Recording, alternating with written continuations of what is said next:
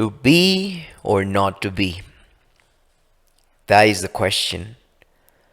Whether 'tis nobler in the mind to suffer the slings and arrows of outrageous fortune, or to take arms against a sea of troubles and by opposing end them, to die, to sleep no more. And by sleep we mean to end the heartache and the thousand natural shocks that flesh is heir to. 'Tis a consummation devoutly to be wished, to die, to sleep, perchance to dream. Aye, there's the rub. For in that sleep of death, what dreams may come when we have shuffled off this mortal coil must give us pause. There is the respect that makes calamity of so long life. For who would bear the whips and scorns of time, the oppressor's wrong, the proud man's contumely, the pangs of despised love, the law's delay, the insolence of office, and the spurns that patient merit of the unworthy takes, when he himself might his quietus make with a bare bodkin? Who would farthels bear to grunt and sweat under a weary life, but that the dread of something after death, the undiscovered country from whose bourne no traveller returns, puzzles the will, and makes us rather bear those ills we have than fly to others that we know not of. Thus conscience doth make cowards of us all, and thus the native hue of resolution is sicklied over with a pale cast of thought, an enterprise of great pith and moment. With this regard, their currents turn awry and lose the name of action.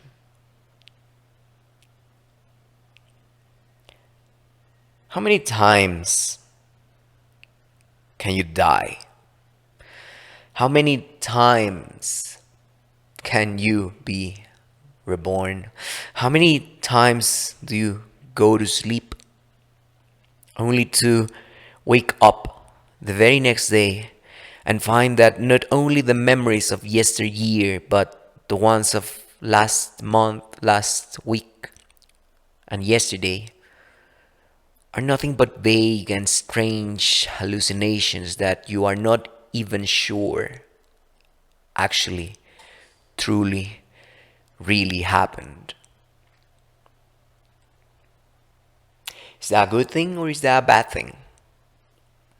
Since the only thing that remains constant in this world is change, it should not come as a surprise that we do not die once, but a myriad times, don't we? A bunch of things have happened in the past 3 or 4 months in which I have not sat in front of the camera, in front of the microphone to just speak, just talk about whatever is going through my mind. Not any update regarding the projects and the path that I set upon when the year first started. Many things have happened. I entertained guests, which was amazing and beautiful and fun and exhilarating. I had deaths in the family, which are situations that are less than ideal. The pangs of memories and the sweet souvenirs of things that have come and gone. I made a bunch of questionable life choices. I had some gout, I had some injuries, health concerns, and a bunch of other things that I honestly can't be bothered with right now. Song, drink, laughter, tears, crying, and some very dark nights. Anyways, I also went to a 10-day retreat where I learned a meditation technique called Vipassana. For those who do not know, it is just a series of scans that you do to your body so that you have a somatic framework to really ground whatever your mind makes up. I found it to be very interesting experience, and I would recommend it despite certain caveats that I found. It is a practice that is allegedly non-sectarian, which means that it doesn't matter what religion, creed, or system of beliefs you have, you can go and just learn the technique and it will help you. This, within the confines of the retreat, is completely false. It is very much stapled in Buddhism. It is supposedly a technique that the Buddha developed thousands of years ago and that was lost until it was rediscovered in Myanmar, where the tradition kept going. It was given to new adepts and monks through oral history. So the technique works. The technique works because it is biology, psychology, and science. And it works despite the philosophy that it might encase. Is it the panacea? Of course not. You still have to put in the work if you want to reap the benefits of stillness in your mind. Yet, it serves as a good foundation to explore yourself. And this is from a man who hated meditation. I could not bear to sit and listen to some guided thing where someone told me to picture this or picture that or feel this or feel that. No. Which is why I went all in and tried this 10-day retreat where all you did was just meditate for 10 or more hours every day. Yeah. It's all or nothing, baby. Isn't it? You just fall off the deep end, see if you sink or swim. And one of the most interesting things that I found was the people that attended the retreat. I was expecting spiritual folk, the kind of people that just like meditation as some kind of identity. Instead, I found a lot, and I do mean a lot, of psychonauts, substance enjoyers, which is nice. I think that if you want to try anything that you want to try, you should, as long as you do not mess with other people and their boundaries. That's fine. People who were just chasing a high, who were just trying to enhance how they felt for their next fix, which is good. Is it escape? Of course. But sometimes reality deserves an escape, be it through substances, meditation, be it through the naive reading of a book, or the awe that you experience while sitting in a theater just watching actors perform.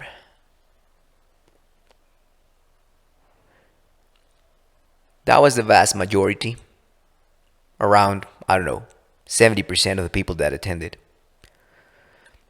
The other 30%, it was 20 maybe. People who were chasing a different kind of high. I met this man. It was his third time going to such a retreat. And he told me that days before getting there, he got into a physical confrontation, an actual fist fight with a bus driver because the bus driver called him names and told him things that were untrue. And he resorted to physical confrontation, which does not mean the Zen attitude that you are supposed to have when you go into these spiritual heavy retreats. Now, is it? Yet, it is like going to the church every Sunday. You get a fix of a moral high so that the rest of your life you can swoop down to levels to which you are much more accustomed to. You favor a fix over a trait. The other 10% were lost. That's where you have tree huggers and the recovering alcoholics, the broken people, the ones who have found no purpose and would desperately want to find one. Yeah. I think those are the minority, even though we are all ailing from the same things. Don't we all just do whatever it takes, whatever we can think of to alleviate our anxieties? Yes, we do. So, yeah, Vipassana is just a meditation technique that helps you tune out the thoughts and ideas of the brain and just feel everything. For someone who is mostly cerebral like me, that works. That works because instead of just knowing, you are actually feeling. I could go on and talk about each and every one of the little things that made the retreat for me, but if you want to try it for yourself, there is no other way. Imagine that you are very hungry. You are starving. You are ravenous. So you go to a restaurant. You sit down. A waiter comes along and he gives you a menu. You look through the menu and the plates, the dishes, they seem to be wonderful, completely enticing. Does reading the menu suffice to calm your hunger? It doesn't. So you order, and the waiter goes away with whatever you are going to get later on. And while you wait, you see the other people eating, sharing, having a good time, laughing. They seem content. They look like the dishes are indeed delicious. Watching the experience of other people, does that calm your hunger? No, it doesn't. It is only when you get your own food, you take that first bite and you start to eat and enjoy. That is when you start to feel satiated and full and calm. So go on ahead. If you want to check it out, just search for that kind of meditation online. There should be a center near you. It is donation based, which is the one thing that made me want to go there. Because I think that in a world where everyone tells you that the link is in bio so that you finally get up from the floor or the rock bottom that you think you are in, that you are at.